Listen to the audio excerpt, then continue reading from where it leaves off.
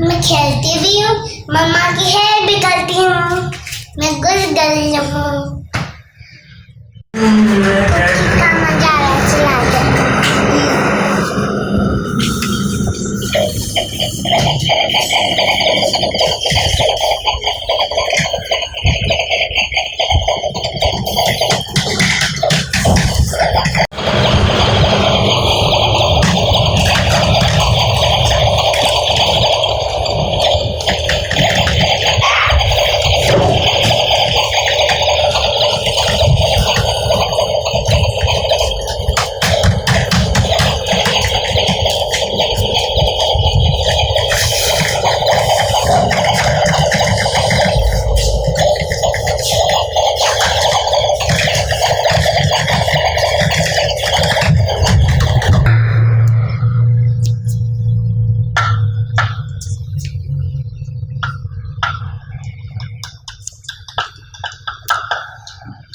मैंने स्कूल जाना था, इसलिए कोरोना वायरस हो गया था।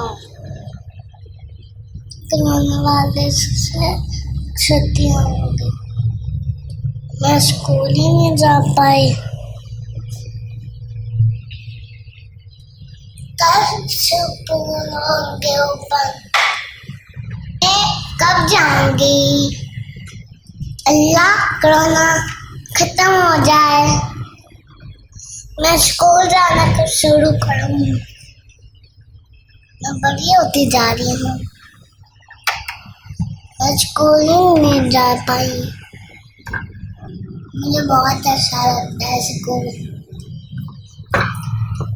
अल्लाह साले लोग के दुआ पड़ा कर दो, एक कोरोना खत्म हो जाए।